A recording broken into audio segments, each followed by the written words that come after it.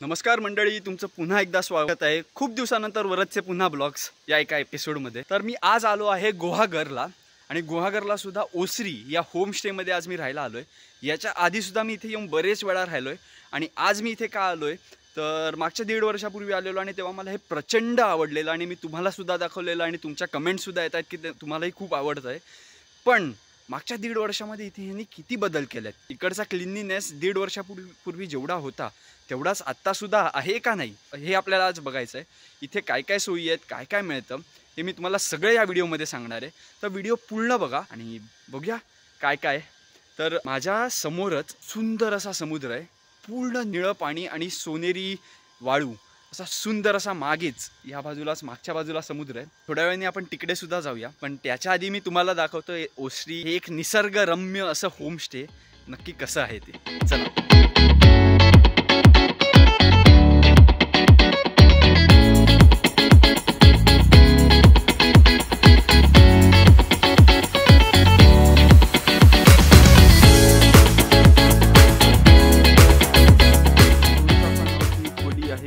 Bedded खोली आहे। सगळ्यात इम्पॉर्टंट गोष्ट जी तुम्हाला बऱ्याचशा जागी मिळणार नाही ती म्हणजे CCTV। तर सिक्युरिटीचं पूर्ण लक्ष दिलं गेलं आहे। आणि वा, ही 2 मोठे king size ice spice bed, एकदम मऊ अशा गादी, पांघरुण आहेत, उशा आहेत, तुम्हाला 1.5 टनाचा छान AC मिळेल, कपाट आहे इकडे आणि एक इथे हिडन दरवाजाच्या मागे लपलेलं एक आईस स्पाइस साफ टॉयलेट।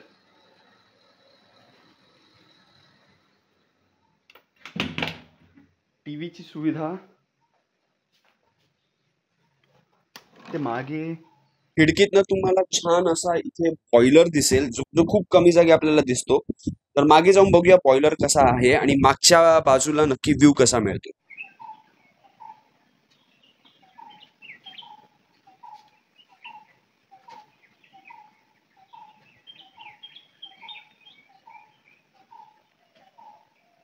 आय होप हा मागे सुंदर सुंदर पक्ष्यांचा आवाज तुम्हाला ऐकायला येत असेल। इतक्या शांत आणि निसर्गरम्य ठिकाणी आपण आहोत आता। या ओसरीमध्ये आपण जेव्हा राहायला येऊ आणि इथे आपली जे काळजी घेतील या खरे फॅमिलीशी आता आपण थोडा संवाद साधूया आणि जाणून घेऊया त्यांच्याकडनं ओसरी म्हणजे नक्की काय। ओसरी म्हणजे तुम्ही एक म्हण ऐकली असेल की भटाला दिली ओसरी भट हात पाय पसरी, अशी एक म्हण आहे। म्हणजे की पूर्वीच्या काळी कोकणात ओसरी पडवी असं एक कन्सेप्ट होता। तर येणाऱ्या पाहुण्यांचं ओसरीत स्वागत व्हायचं। म्हणजे ओसरी पडवी जी आहे तर ओसरीत म्हणजे गप्पांचा फड जमला जायचा। वा, क्या बात आहे।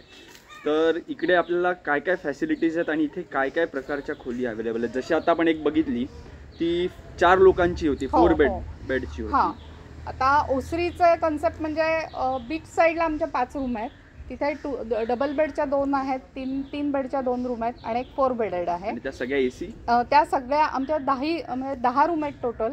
त्या 5 रूम बीच साईडला आहेत आणि 5 रूम या बाजूला आहेत। म्हणजे जिथे की आपण पार्किंग करतो त्या बाजूला 5 रूम आहेत। तिथे पण 2 बेडच्या 2 आहेत, 3 बेडच्या 2 रूम आहेत आणि 4 बेडेड आत्ता जी आपण बघितली ती एक मोठी रूम आहे। असं टोटल दोन्ही मिळून 30 लोक राहू शकतील।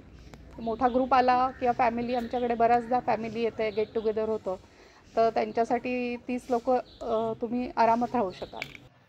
तर मागच्या 2 वर्षांमध्ये या ओसरीमध्ये खूप बदल झाला आहे। जसं की तुझा आता तुम्ही CCTV लावलेत, त्यानंतर नवीन बॉयलर सिस्टम केली आहे, हा नवीन मागे सिटिंग एरिया जो आहे तो आहे आणि सगळ्यात इम्पॉर्टंट म्हणजे एक गोष्ट जी तशीच्या तशी आहे ती म्हणजे इकडची साफसफाई। तर तू काय म्हणशील या सगळ्याबद्दल? साहजिकच आहे, हल्ली पर्यटकांचा ओघ पण गुहागरमध्ये भयंकर वाढलेला आहे। त्यामुळे ह्या सगळ्या गोष्टी तर आम्हाला करायलाच लागतात। क्लीननेस तर वेळच्या वेळी कस्टमर गेले की रोज बेडशीट धुणं, टॉयलेट बाथरूम व्यवस्थित क्लीन करणं हे तर प्रायोरिटीज आहे। म्हणजे त्याच्यामुळेच लोक, आणि आजकाल पहिले लोक येऊन टॉयलेट बघतात की तुमच्या रूमचं टॉयलेट कसं आहे काय आहे, त्याच्यावरच जास्ती लोक अट्रॅक्ट होतात सगळी नंतर। हे किचन आम्ही 2 वर्षापूर्वी चालू केलं आहे. त्याच्यामध्ये आम्ही ब्रेकफास्ट सर्व करतो. म्हणजे दोन्हीकडे सेटअप आहे, त्यामुळे दोन्ही ठिकाणचे साधारणपणे 30 लोक तरी आमच्याकडे सकाळी ब्रेकफास्टला असतात. त्यामुळे ती जागा पुरत नाही, त्यामुळे हे आणखी एक नवीन सेटअप इथे आम्ही चालू केलं आहे किचनचा. सकाळी ब्रेकफास्टमध्ये आम्ही व्हेज बराचसा ब्रेकफास्ट देतो. नॉनव्हेजमध्ये फक्त एग्ज आणि आमलेट एवढंच सर्व करतो. बाकी आंबोळी असते, थालीपीठ असतं, शिरा असतो, साबुदाणा खिचडी असते, पोहे, उपमा, मोदक अशा ट्रेडिशनल व्हरायटी भरपूर असतात इथे. क्या बात आहे. आणि व्हेज आणि नॉनव्हेजचं स्वयंपाकघर किचन एकच आहे का? वेगवेगळं मुद्दामून आम्ही ते वेगळं ठेवलेलं आहे. तर पेट फ्रेंडली आहे का नाही? हो, पेट फ्रेंडली आहे, पण शक्यतो कसं होतं, येणाऱ्या टुरिस्टनी त्यांच्या पेटची काळजी नक्की घ्यायला पाहिजे. उद्या त्यांनी काही टीव्हीचं रिमोट हे केलं तर आम्ही नक्की त्यांच्याकडनं भरपाई घेणार आहोत. प्लस दुसरं लोकांना त्रास होता कामा नये. म्हणजे शेजारच्या रूममध्ये लोक राहत असतात, त्यांना त्यांच्या पेटचा त्रास होता कामा नये. ही काळजी त्यांनी 100% घेतली पाहिजे. त्यामुळे असं जर कोण करणार असेल तर आम्ही नक्की त्यांना अलाउ करू.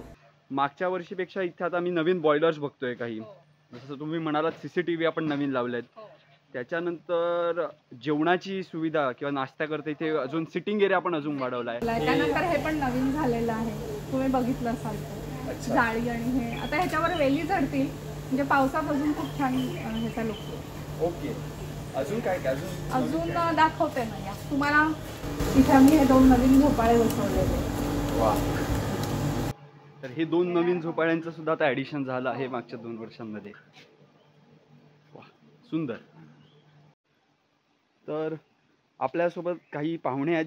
तुम्ही इथे कधीपासून राहतात आणि तुमचा ओव्हरऑल एक्सपिरियन्स शेअर कराल का? इकडचा कसा आहे तो?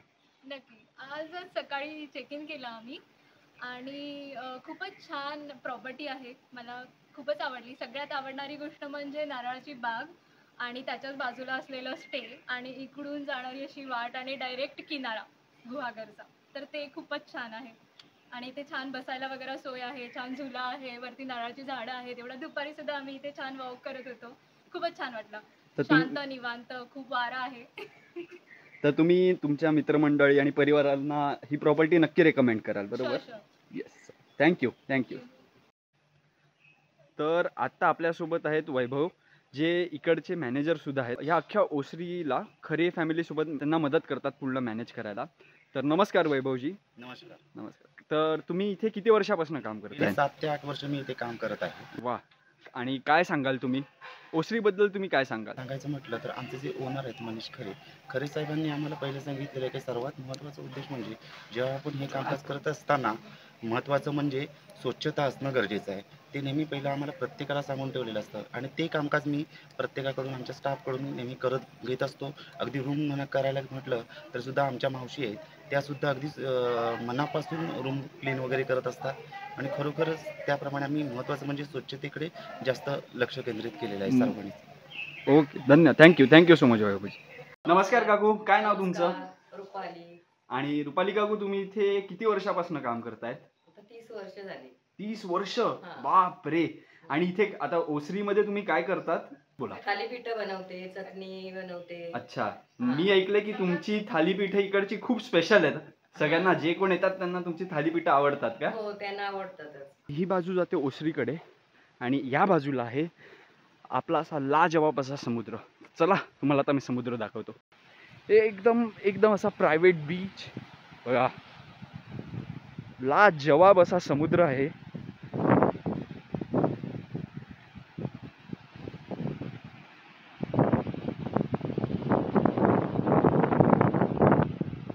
वाह, मला माहिती नाही कॅमेरा जस्टिस करतोय का नाही, पण एकदम निळं चमकणारं असं निळं पाणी.